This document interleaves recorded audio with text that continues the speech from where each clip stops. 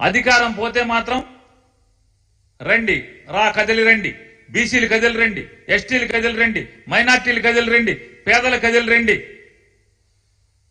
ఎందుకు ఇన్ని మొయిటాకి పల్లకిలో మొయిటాకి ఇన్ని అధికారం ఎక్కాక బీసీలు ఉండరు, మైనార్టీలకి మంత్రి ఎవడు, ఎస్టీలకి మంత్రి ఎవడో కనపడ్డావు. కమ్మారు ఒక 6, రెడ్లు ఒక 5, 4, కాపులు ఒక 3, వయసులో ఒకడో, ఇట్లాంటి అగ్రవర్ణాలకు మాత్రం 25లో రాజ్యాధికారాన్ని పనిచేస్తాడు మెజారిటీ. ఓట్లు వేసేప్పుడు మాత్రం బీసీలు రండి, కదలరా. ఎవడు కథలు రావాలి? ఎందుకు కథలు రావాలి?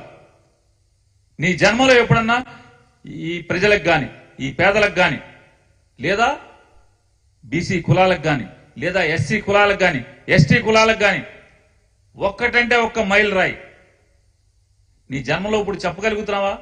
ఇది రాజశేఖర రెడ్డి గారు ఒక 108 తీసుకొచ్చాడు. రాజశేఖర రెడ్డి గారు ఆరోగ్యశ్రీ పెట్టాడు.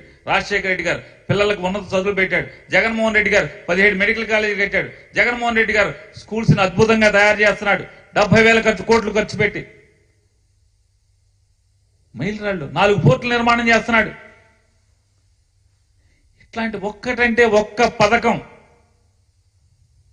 చంద్రబాబు నాయుడు మీ జన్మలో, ఈ రాజకీయ చరిత్రలో నేను గుర్తుండిపోయేటువంటిది ఈ పథకాన్ని చేశానని, లేదా 2014 నుంచి 19 దాకా ఇవాళ కనిగిరిలో ఏం చెప్పాలి? దమ్మున్నాడు రాజకీయ నాయకుడైతే 2014 నుంచి 19 దాకా నేను మీకు ఈ రకమైనటువంటి పరిపాలన బ్రహ్మాండంగా అందించాను, మళ్ళీ అదే పరిపాలన తీసుకొస్తాను. ఇవాళ మీరు కష్టాలు పడుతున్నారు కాబట్టి మళ్ళీ నాకు అధికారం ఇవ్వండి అని చెప్పే దమ్ముందా? చెప్పే సినిమా లేదు. మళ్ళీ ఎప్పటికప్పుడు కొత్తది. కర్ణాటకలో బస్సు ఎక్కుతున్నారు కాబట్టి ఆడవాళ్ళకి బస్సు. అంటే ఎక్కడన్నా ఒక రాజకీయ పార్టీ గెలిస్తే ఆ రాజకీయ పార్టీ మేనిఫెస్టోని కాపీ కొట్టి ఇక్కడ పెట్టేటువంటి దిక్కుమాలని కర్మ తప్పితే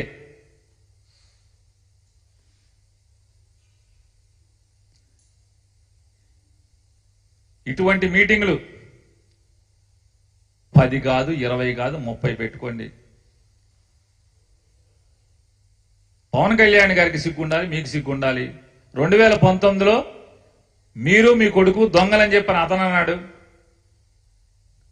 అతను ఒక బుద్ధి లేని జీవని, అతనికి రాజకీయాలు తెలియని, అసలు ఏమీ చేత కాదని చెప్పి మీరు మాట్లాడారు. మీరిద్దరూ కలిసి ఇప్పుడు మేమంతా కలిసిపోయాం, మా కోటేసేయండి, మేము ముద్రిస్తామని చెప్పి మీ ఇద్దరు మాట్లాడుతున్నారు. 14 నుంచి 19 దాకా ఈ రాష్ట్ర ప్రజల్ని నట్టేట ముంచినటువంటి మీరు 600 హామీలు ఇచ్చి ఇట్లాంటి మేనిఫెస్టోలో వ్యవసాయ రంగానికి 9 గంటల విద్యుత్ ఇస్తా అన్నారు. 5,000 కోట్ల రూపాయలతో ధరల స్థిరీకరణ నిధి అన్నావు, డ్వాక్రా మాఫీ అన్నావు, బెల్ట్ షాపులు రద్దు అన్నావు, సెల్ ఫోన్లు ఇస్తా అన్నావు, ఇంటికి ఒక ఉద్యోగం అన్నావు. ఏమైనా ఈ మేనిఫెస్టోలన్నీ గాలికి వదిలేసి కనీసం ఎక్కడ దొరకకుండా మేము ఎవడేంటో మామూలుగా ఈ పాత కాగితాల పుస్తకాల్లో ఎక్కడో కొనుక్కొచ్చి దాచుకుని మేము ఫోటోస్టాట్లు తీసుకుని ఉంచుకున్నాం. ఎందుకంటే మొత్తం లేకుండా చేసావు కదా. 14 మేనిఫెస్టోని ఎక్కడ కనపడకుండా చేసావు కదా. మరి ఇవన్నీ ఏమైనాయి?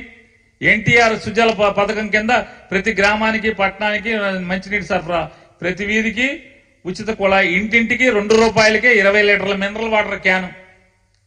పోనీ ఇక్కడ కూర్చున్న పాత్రికేయులు ఎవరింటికన్నా 20 లీటర్ల క్యాన్ 2 రూపాయలకి ఇంటింటికి చంద్రబాబు నాయుడు పంపించాడా? గుడిసెలు లేని ఆంధ్రప్రదేశ్ పేదలందరికీ 1,50,000తో ఉచిత గృహం, ప్రతి గ్రామానికి తార్ రోడ్డు, ప్రతి వీధికి సిమెంట్ రోడ్డు, ప్రతి ఇంటికి బరుగుదొడ్డి, 3 సెంట్ల స్థలం, ప్రతి ఇల్లు లేని పేదవాడికి 3 సెంట్ల స్థలం. మేనిఫెస్టోలోనూ కేజీ నుంచి పీజీ వరకు ఉచిత విద్య అని చెప్తాడు. కాలేజీ విద్యార్థులకు ఐప్యాడ్ అంట. 14 మేనిఫెస్టో ఇది. అధికారం వచ్చిన తర్వాత ప్రభుత్వం బాధ్యత కాదు, విద్య అనేది అది ప్రైవేటు సంస్థలు చూడాలని చెప్పి మాట్లాడతారు. అధికారం లేనప్పుడు అరచేతిలో వైకుంఠం చెప్పి ప్రజల్ని మోసం చేసేటువంటి, ఏమార్చేటువంటి ప్రయత్నంలో భాగంగానే ఈ కదలిరా, ఎవరు ఎందుకు రావాలి, ఎందుకు కదలాలి, ఎవరి కోసం కదలాలి, మీరేం మేళ్లు చేశారని, వాళ్ళ జీవితాల్లో ఏం ముద్రించారని చెప్పని కదలాలి, రావాలి అనేది సమాధానం చెప్పని వారిని డిమాండ్ చేస్తున్నాం.